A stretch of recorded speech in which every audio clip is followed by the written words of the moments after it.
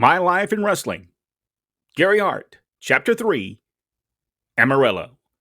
I arrived in Amarillo in early 1966 and moved into the Downtowner Hotel because that's where Carl Cox suggested I stay. What a culture shock Amarillo was. I spent my life in cities like Chicago and Detroit where everything was open 24 hours and where I could go to the movies after I came home from the matches. In Amarillo, the movie houses were only open on the weekends, and everything closed down at 8 p.m., even the restaurants. I learned quickly that unless I bought food before I went to the matches, I wasn't going to eat that evening. And before I had time to fully deal with the culture, I was given another shocker. I want you to be gorgeous George type guy, he told me as my jaw dropped. I wanted to think you're a queer. I'm Playboy Gary Hart from Chicago, I'll explain. And I really don't want to present myself as a gay guy. Dory Sr. wouldn't budge, though. He wanted a gay wrestler on his roster, and he told me, well, your name is already Gay Gary Hart, and I'm not changing it, so you better come up with something. Now, it's not that I felt I was too manly to play a gay character or anything like that. It's just I didn't feel it was right to make fun of homosexuals. Actually, the heat getting gay gimmick wasn't a revolutionary concept in wrestling. There had been Gorgeous George, Handsome Johnny Barrett, Magnificent Maurice, and Ricky Starr before me, who all had done the stereotypical skipping and prancing around the ring, enraging the fans. Dory Sr. really wanted a character like that in Amarillo, so I had no choice but to do so. So, as per Dory Sr. wishes, I wore white trunks and boots with red hearts and pastel blue, red, and a pink jacket. I dressed the part, but I didn't want to just swish around the ring and act like a gay guy. Instead, I wanted to come up with a unique twist for my character so I didn't have to rely on the same old gay stereotypes. I asked Dory Sr. if it would be all right if I gave a rose to the ugliest woman in the audience every night on my way to the ring, and Dory Sr. gave his approval. So every night I would come out and find the biggest, fattest, ugliest woman in the arena, and I would present her with a rose and declare, this is the most beautiful woman in the state of Texas. That really made the people mad. It also got my character away from the gay gimmick and just made me more of a creep. However, no matter how hard I tried to steer my character in another direction, all the guys in the dressing room knew what gay Gary Hart was supposed to be, that of a queer, wanted nothing to do with me, and tried to avoid working with me.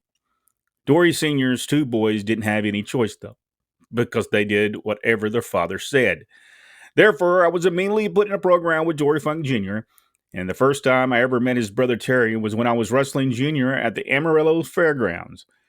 I knew that at some point in the match, Terry would jump in and attack me, but I had never met him because the Hills and Baby Faces had dressing rooms on either side of the building. I was pounding on Junior when suddenly there were a roar from the crowd. I looked up, and there was Terry in the process of jumping over the top rope. He missed, caught his foot, and collapsed in the middle of the ring. Junior just looked at me and deadpanned, meet my brother, Terry. Eventually, I started a feud with Terry, and we got into a really hot program. During one of our matches at the Odessa Fairgrounds Coliseum, I busted Terry open pretty bad, and we took the match out of the ring and to the front of the building where the concession stands were. As Terry went out of the front door, I started back to the dressing room. However, the fans had me trapped in the concession stand and weren't about to let me go. Thankfully, Professor Tanaka and Art Nelson came out to save me. Tanaka got about 40 stitches in his head from people hitting him with chairs, and Art got stabbed in his leg and back during the melee.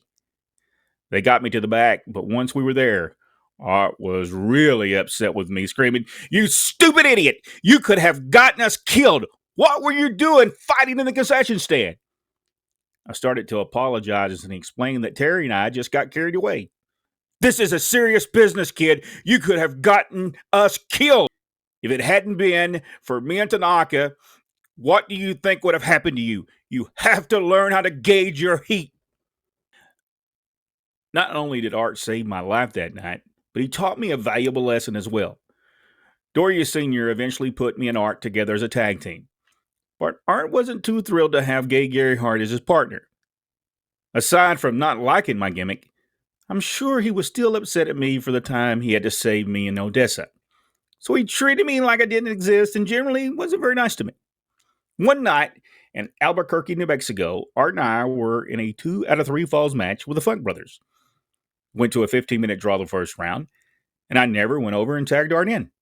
I really didn't think anything about it. It just never entered my mind. Before the second round, I asked Art if he wanted to start. Art assured me, "No, kid, you're doing fine. Go ahead." After wrestling for about 3 minutes, Dory Jr. told me to tag Art in.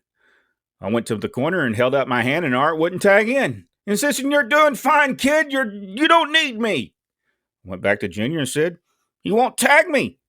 Junior looked concerned and tagged Terry in, who whispered, "What's the matter? Is Art mad at us?" Nobody in their right mind wanted Art Nelson to be mad at them because he was a real tough guy. I dropped the second fall, and before the third round, I asked Art, "Do you want to start?" Once again, he shook his head and said, "You're doing fine. I'm enjoying myself right here in the corner." I worked the third round and took that fall as well. When we got to the dressing room, Art wouldn't look at me. That wasn't unusual, though, because he never looked at me. A few weeks later, we were booked in Lubbock against the Funk Brothers. I asked Art who he would like to start the match. He replied, "Well, in the last match we had against them, you started, so I think you should start again." Once again, I started the match. And after a few minutes, I went to the corner and tagged Art in. Art went around a couple of times with Junior and Terry, and then tagged me in. I went around for about 3 minutes and tagged Art. And as I did, he grinned at me and said, "Now you're learning how to be a tag team wrestler." At that moment, it clicked in my head why he was so mad at me. He thought I had tried to steal the show and hog the first round in Albuquerque. After that match in Lubbock, things definitely improved between us. Although I wouldn't say that Art and I became friendly, because he really disliked my gay Gary Hart gimmick, as did most of the guys in the dressing room. I have to say that Gory Guerrero was great, though. He realized that no one wanted to work with me, stepped right up to the plate, gave me some of the greatest matches I ever had in my life, and really boosted my confidence. He was a wonderful guy, and I appreciate the time I got to spend with him and the good matches he gave me. Danny Miller, on the other hand, offered me nothing but abuse.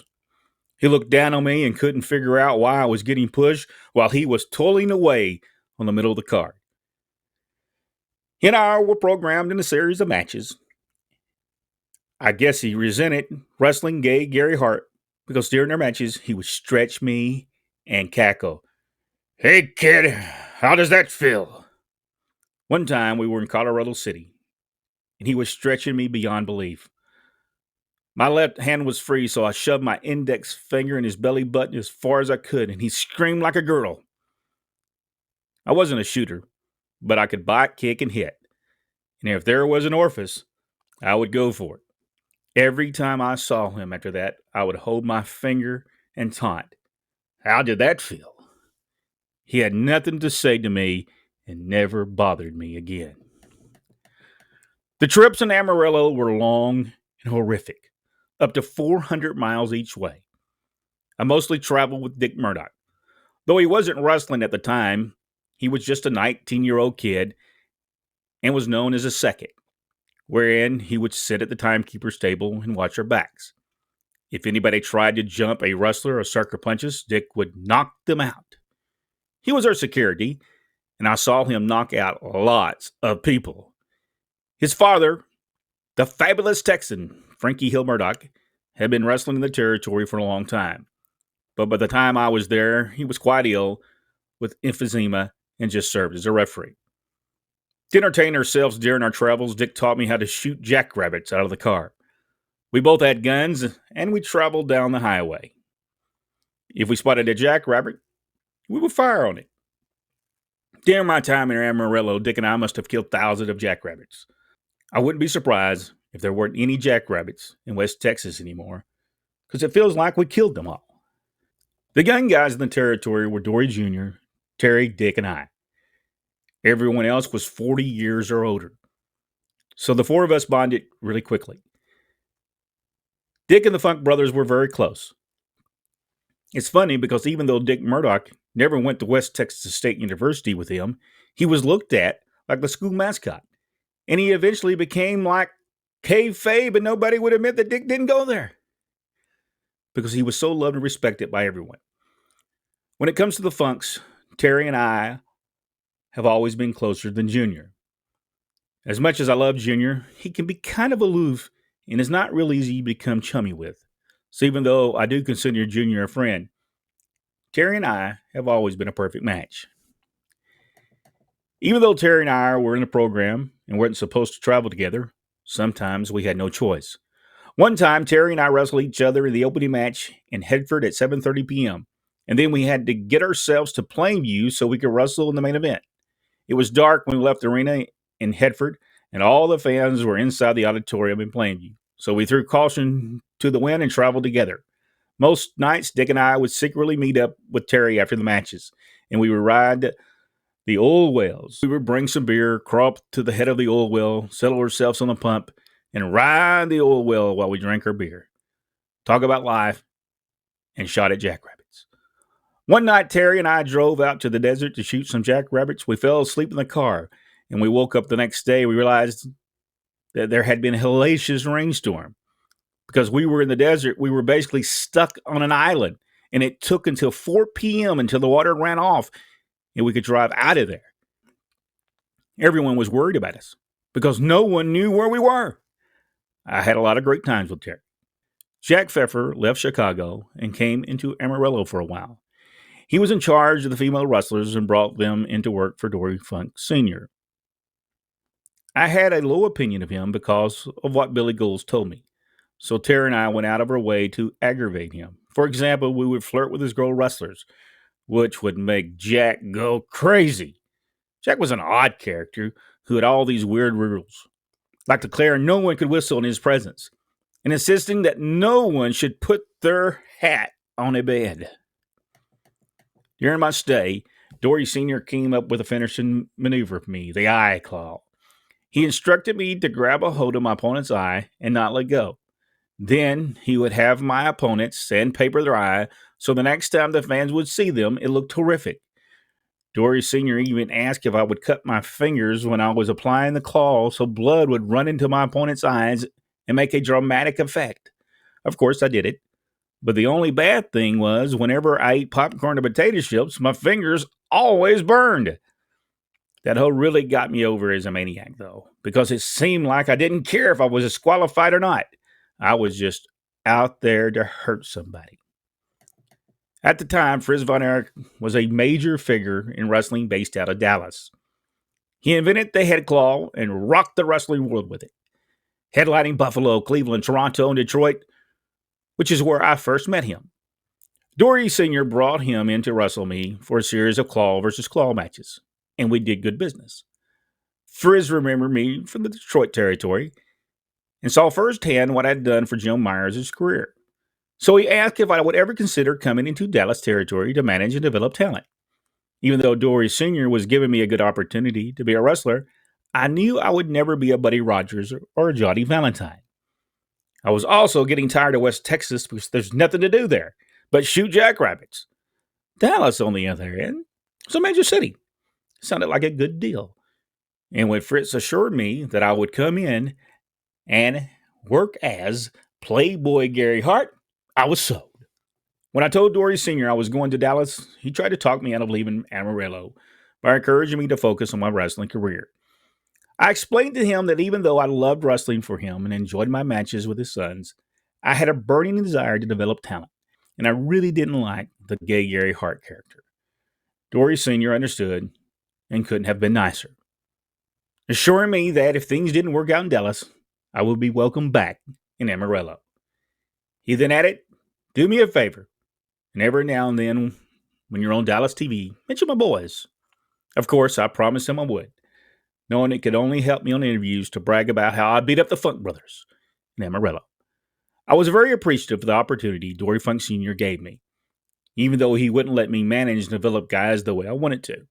He showed me I was valuable and paid me very well. He was a dynamic guy, and every wrestler who ever worked for him would have cut their heads off for him.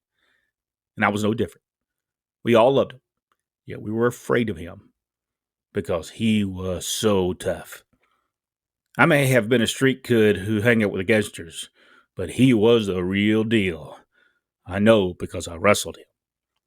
I was unbelievably fortunate because for the third time in my career, and in just the third territory I had been in, I had found yet another great mentor. Billy Golds, Burt Ruby, and Dory Funk Sr. really deserve a lot of credit for getting me ready to be able to handle myself in the business and for my future success. And as grateful as I was to be working for Dory Funk Sr., I knew it was time to move on. And now I go to Dallas.